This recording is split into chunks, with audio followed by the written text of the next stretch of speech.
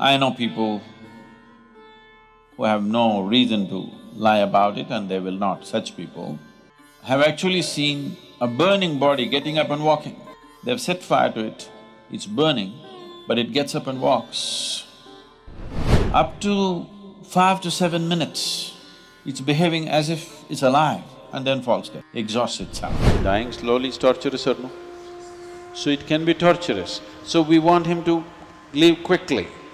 After he dies, first thing is to tie the toes together. You know this?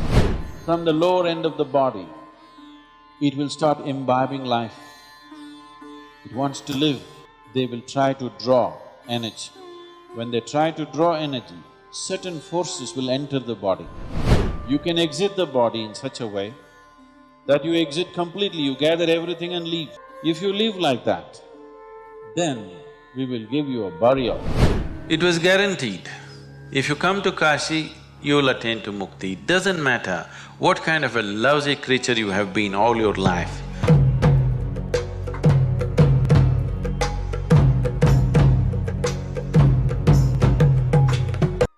I was not privileged to know Ryan personally, but in the last year that I've gotten to know Anita, she's shared so much about him and his spirit. And we've shared her experience of Ryan's passing and closer to the end of his time here. And it was very similar for me with my father, and we've shared a lot of those experiences. And for me, it was bittersweet, and there was so much sweetness in those last days. And I'm wondering if you can talk a little bit about that transition for us and how we can, I don't want to say do it better, but how we can experience it with a new perspective, because it's something that really shifted how I see it and experience it. Your own or somebody else's? Not my own, but I mean probably both, but really being here after someone passes and going through that with them.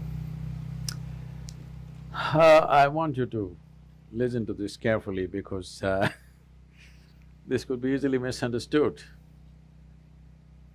Because when someone loses someone who's dear to them, it's like a piece of their life has been taken away and it goes through various processes of grief, loss, cherishing many things that they were, variety of things. Not all of it can be articulated. But at the same time, we are not the first people to be born on this planet, nor are we going to be the first to die on this planet.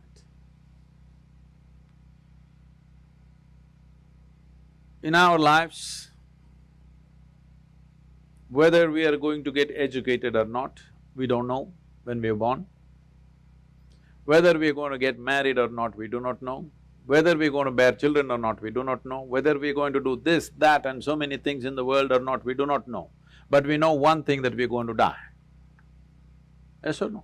Yes. That's one certainty, isn't it? Though it is such an obvious thing, we are not able to come to terms with it.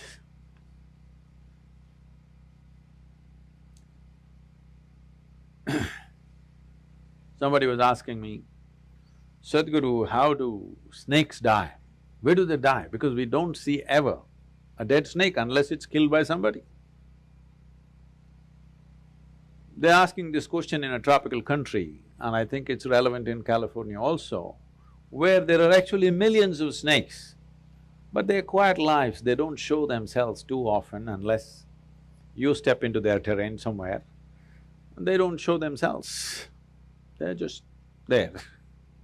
So where do they die? This is something very wonderful, particularly cobras.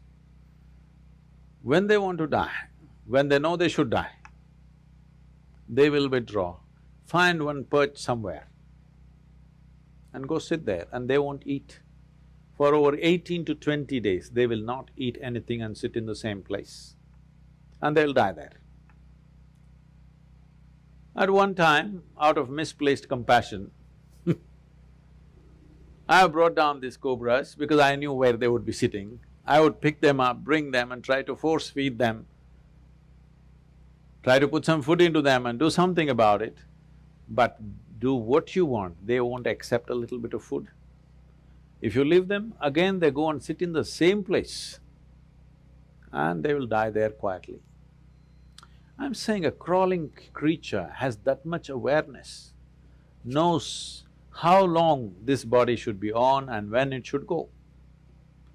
Similarly, your life and every other life has this consciousness as to when it should exit this body, either because we broke the body in some way or because simply the necessary intensity in the body doesn't exist anymore to sustain life.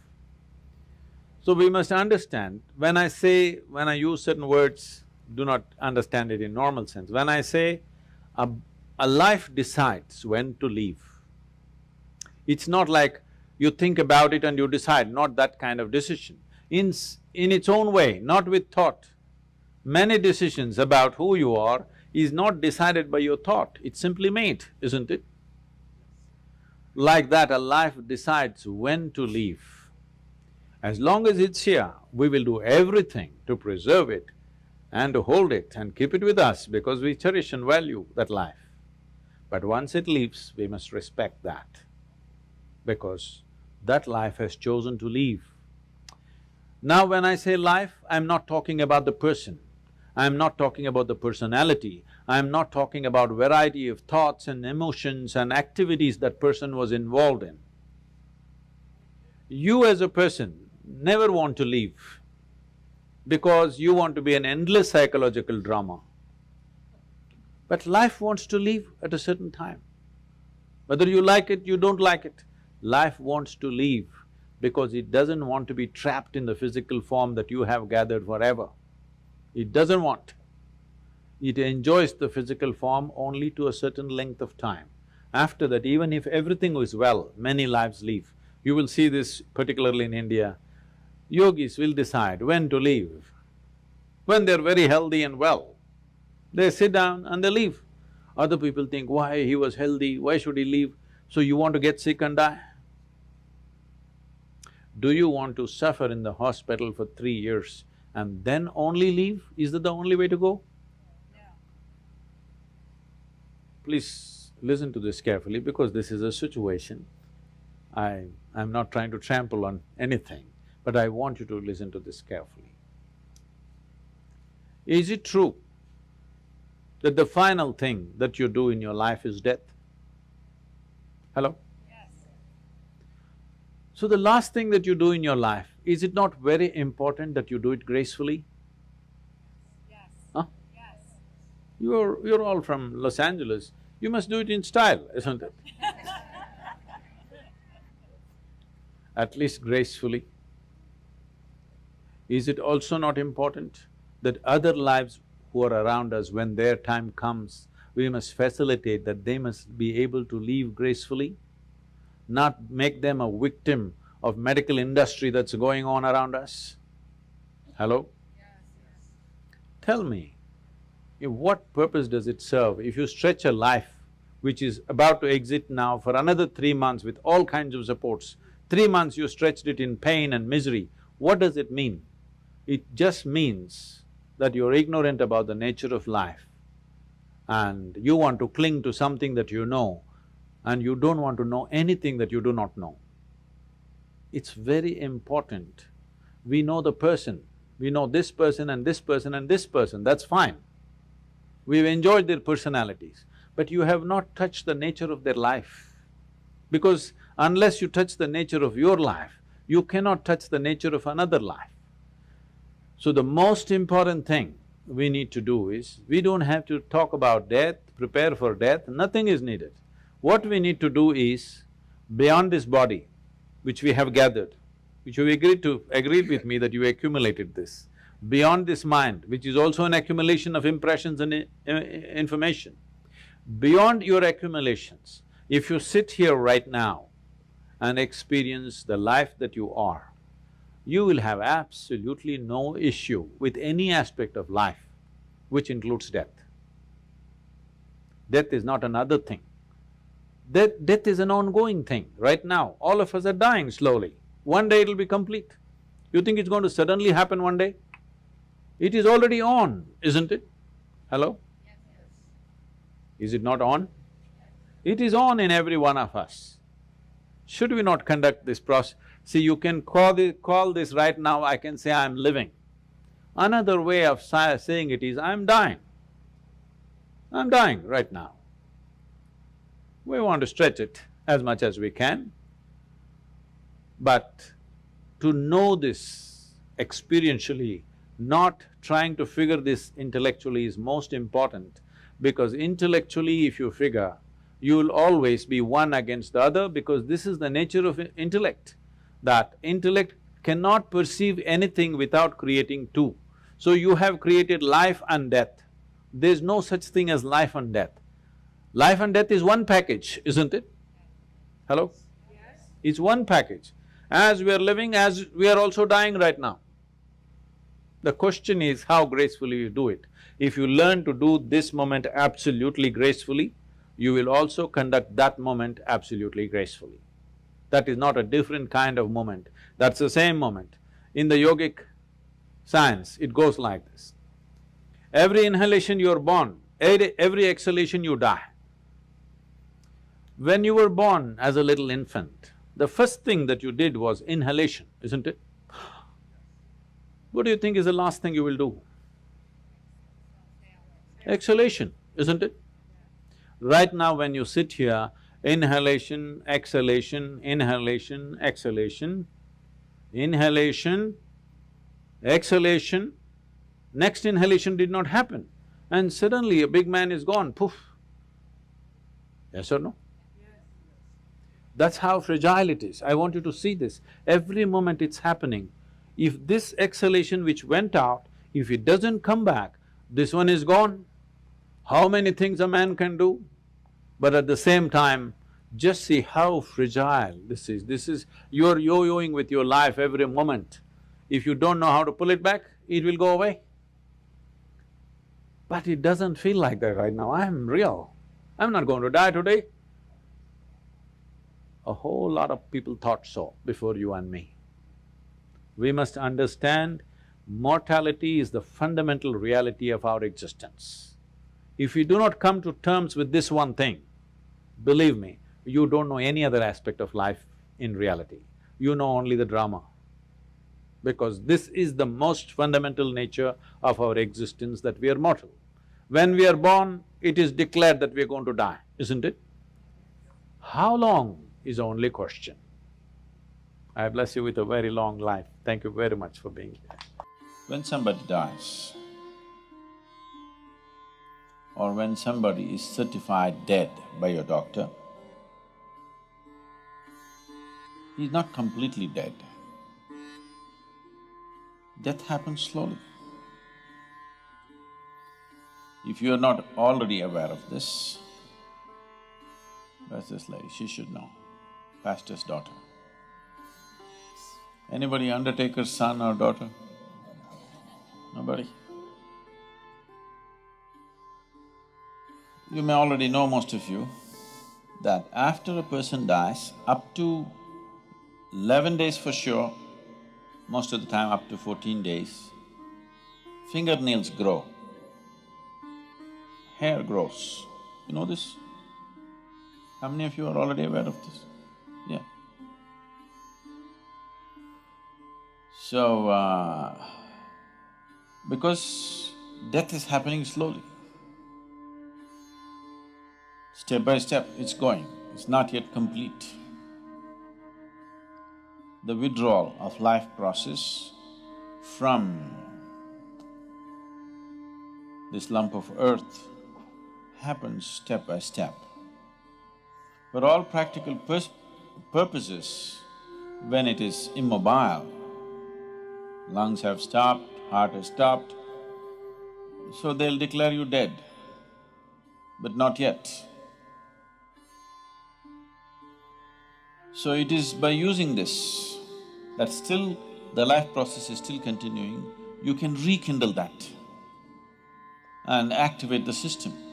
It is by using this that the tantrics have dead bodies walking. And it's not very uncommon, it's quite common.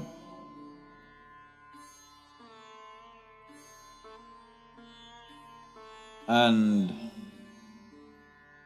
sometimes, they will be working upon this. When the cremation is on, there have been many instances. I have not personally seen, but I know people who have no reason to lie about it and they will not. Such people have actually seen a burning body getting up and walking. They've set fire to it, it's burning, but it gets up and walks. Because at that moment when the burning begins from outside, the life process retreats and there's a concentrated spaces where life is happening more intensely at that moment. They make use of that and rekindle the system in such a way that suddenly it gets up and walks. Up to 5 to 7 minutes, it's behaving as if it's alive and then falls dead, exhausts itself. So it's based on this, that when somebody dies, there are rituals in India. Up to 14 days, there are various kinds of rituals. Unfortunately, these rituals have mostly lost the knowledge behind that, the power behind that has been lost, and people are just doing things like for livelihood somebody is doing it, or just for the sake of doing it, they're doing it. Very few people truly understand the significance of what it is. Because life energies recede slowly, they've gotten so deep into this, every cell in the body, it doesn't just go poof like this. Functionally it may die, but totally it does not die, it dies slowly. So we want to hasten that process. We don't want somebody to die slowly. Dying slowly can be torturous, isn't it? Dying slowly is torturous or no? So it can be torturous. So we want him to leave quickly. After he dies, first thing is to tie the toes together. You know this? You still do it or no? Tie the toes together, because if you do not tie the toes together, from the lower end of the body, it will start imbibing life. It wants to live, because all the cells in the body are not dead. They're still making an effort to live. They will try to draw energy. When they try to draw energy, certain forces will enter the body. So you don't want that to happen to your loved one. So the moment he dies, you tie the toes. Now, no external support, he will go much more quickly. And the next thing is, you wash him up with water. Because when you wash the dead, even if you're alive, if somebody tries to give you a bath, they'll pour water on your face, you will feel like you're being waterboarded. When you were a child, when your mother gave baths to you, because we never used showers and things, they poured water, she always held it like this for you, so that the water doesn't come here and you don't feel waterboarded. But somebody else was giving a bath to you, they just poured, children are doing like this. Yes or no? So if you just pour water over the face, this dead guy gets waterboarded. If any little activity is happening, it'll all cease. So to live gracefully and to die gracefully is very important. Death is not some strange subject that we should not talk about. It is right here, progressing for all of us, isn't it? Slowly maturing, your death is maturing. One day it'll be complete. Let it be a long time after, but right now it is maturing, isn't it? So if you understand life very well, absolutely well, you can exit the body in such a way that you exit completely, you gather everything and leave. If you live like that, then we will give you a burial. We don't burn your body because we don't want to waste the wood on you. You have completely exited, there is no hurry. We can keep you for a day or two and then bury you. So I'm saying, this is a culture where we understood life and death absolutely well and dealt with it as it should be dealt with. Within the first 14 days, you can do a lot of service to the dead. That culture grew, that science grew in a big way in this country, but then got corrupted. So, what was a very wonderful science became commerce, and commerce became corruption. So today, if somebody in your house dies, you go to those people who claim they will do something, they will say, your grandfather wants to drink milk, give a cow, not 1 liter of milk, a cow. It's raining, your grandfather needs umbrella, give an umbrella. Your grandfather is walking through thorny paths, he needs footwear. See, whatever you may know or you may not know about your grandfather, one thing you know is he left his body here and went. Once he's left his body here, umbrella, clothing, footwear, not okay. Yes? But unfortunately, it's become like this. So we are right now in the process of training people to do these kind of services, but you should never make it your profession. Just as a service, if you are willing to offer, we can train you to do these things properly, and it's a very important thing to do in life. It's a very important aspect. When somebody has lost his body, he is completely helpless. He needs help, and he can be helped, but not with contaminated, corrupt hands. Somebody who cares, somebody who has the necessary sense about it. If you want to go through something like that, such trainings, it's available. We're even starting our own cremation places. In Coimbatore, we have Isha Sudugadu. You know this? You don't know. Oh, you know where to die at least now. And if some of you train for this, you can deliver that service, and it's a very significant service. People don't understand the value of it in today's world. The modern world, they don't understand the value of it, but it is extremely valuable to do that. Because most people do not choose to live in a great manner, they have an aspiration, at least they want to die in a great way. That little aspiration brought millions of people to Kashi to die. So the last phase of their life, people came because they did not live gloriously, they have a dream of dying gloriously at least. Hope. Dying gloriously means death leading not just to disposal of body, but death leading to an ultimate liberation. It was guaranteed, if you come to Kashi, you will attain to mukti. It doesn't matter what kind of a lousy creature you have been all your life. So all the lousy creatures started coming because they lived badly and they want to die gloriously. Only the population of the lousy multiplied.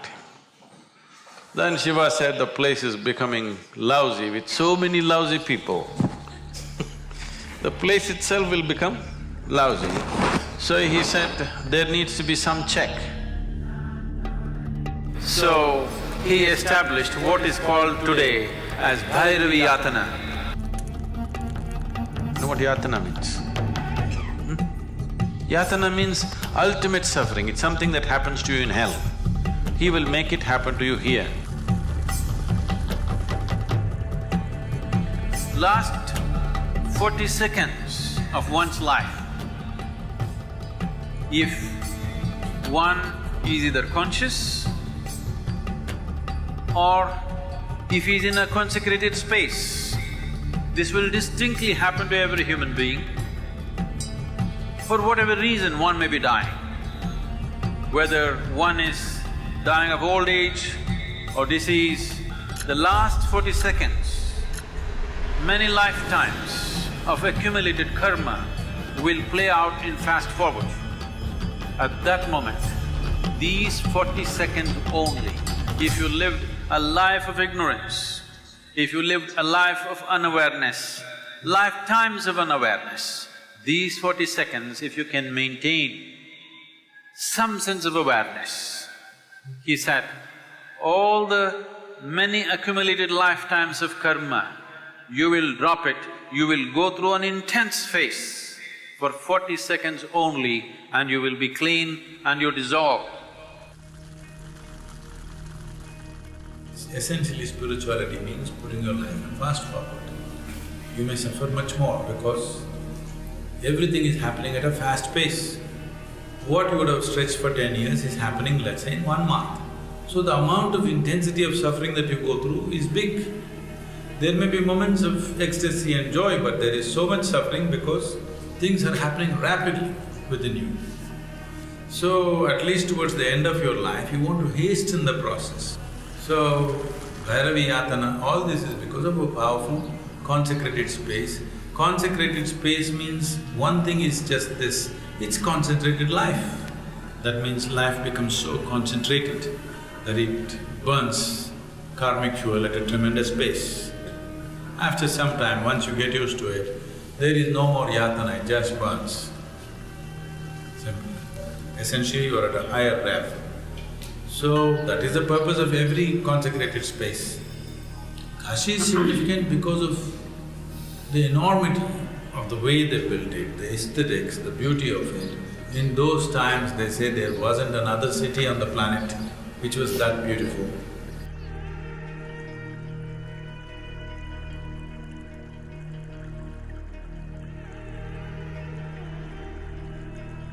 All these things put together, it became a big draw. I mean, they created the atmosphere to get the people's focus. So Kashi is not all pleasure and beauty. It is a place where people go into most intense form of suffering because he puts life on such a super fast forward. Lifetimes of things burn in one moment. The field of occult practices has been shaped by many individuals throughout history, each contributing to its evolution in different ways. Gerald Gardner, often referred to as the father of modern witchcraft or Wicca, was instrumental in revival and popularization of pagan spirituality in the 20th century. Born into a British family with an interest in the occult, his encounters with the occult in the British colonial territories and his claims of initiation into a surviving witch coven in England lay the foundation of his later work in promoting Wicca, Witchcraft Today, and The Meaning of Witchcraft, introduced Wiccan rituals, beliefs, and principles to wider audience. He emphasized the worship of nature, reverence for the elements, and the celebration of seasonal festivals, all of which are central tenets of Wiccan spirituality. Gardner's efforts played a crucial role in bringing witchcraft out of obscurity and into the public consciousness, inspiring countless individuals to explore and embrace earth-based spirituality. Despite controversy and skepticism surrounding his claims of ancient lineage and initiation, Gardner's influence of modern pagan and Wiccan movements cannot be overstated. His dedication to preserving and promoting pagan traditions paved the way for the emergence of diverse and vibrant communities of practitioners worldwide. Manly Palmer Hall was a prolific author, lecturer, and a scholar of historicism whose work has left an indelible mark on the study and understanding of occult philosophy and mysticism. From a young age, Hall displayed a keen interest in ancient wisdom traditions and esoteric symbolism. His magnum opus, The Secret Teachings of All Ages, remains a comprehensive encyclopedia of esoteric knowledge, exploring topics ranging from ancient mystery traditions to the symbolism of Freemasonry. Throughout his life, Hall lectured extensively on a wide range of esoteric subjects, earning a reputation as one of the foremost authorities on Western esotericism. His lectures attracted a diverse audience including intellectuals, scholars and seekers of spiritual wisdom. Hall's ability to distill complex esoteric concepts into accessible and engaging narratives made him a beloved figure in the world of occult studies. In addition to his written works and lectures, Hall founded the Philosophical Research Society in Los Angeles, California, and dissemination of esoteric knowledge. The organization continues to serve as a center for academic research and public education in the fields of philosophy, mysticism, and comparative religion. Israel Regardie was a key figure in the dissemination and preservation of Aleister Crowley's teachings and the Hermetic Order of the Golden Dawn. After serving as Crowley's personal secretary and student, Regardie published edited editions of Crowley's work, including the Golden Dawn and the Tree of Life, which helped to make Crowley's teachings more accessible to wider audience. Regardie's writings not only introduced Crowleyan occultism to a new generation, but also provided valuable insights into the practical applications of ceremonial magic and hermetic philosophy. His works such as The Middle Pillar and The Art of True Healing remain foundational texts in the field of modern Western esotericism, offering clear and concise instructions for aspiring practitioners of the magical arts. Beyond his contributions as an author and editor, Regardie played a pivotal role in preserving the legacy of the Hermetic Order of the Golden Dawn, the influential magical society founded in the late 19th century. His meticulous documentation of the order's rituals and teachings ensured that future generations of occultists would have access to its rich tradition of ceremonial magic and spiritual development. Papus was a prominent French occultist, physician and author who made significant contributions to the revival of Western esotericism in the late 19th and early 20th centuries. As a co-founder of the Kabbalistic Order of the Rose Cross and the Martinist Order, Papus played a central role in promoting the study and practice of occult and mystical teachings. His writings, which encompass topics such as Kabbalah, Tarot and ceremonial magic, helped to popularize esoteric knowledge and provide practical guidance for aspiring occultists. His works, including the Tarot of the Bohemians and the Kabbalistic Tarot, remain influential texts in the field of Western esotericism, offering insights into the symbolic language of the Tarot and its applications in spiritual and mystical practice. In addition to his contributions as an author and occultist, Papus was a dedicated teacher and mentor who inspired generations of seekers to explore the hidden mysteries of the universe. His legacy endures through the organizations he founded, which continue to perpetuate his teachings and ideals, and through countless individuals whose lives have been enriched by his wisdom and guidance. In conclusion, these individuals represent a diverse array of backgrounds and contributions to the field of occultism. Their writings, teachings, and legacies continue to inspire and inform contemporary seekers of esoteric wisdom, shaping the landscape of modern Western esotericism and enriching the lives of countless individuals on the path of spiritual discovery and self-realization.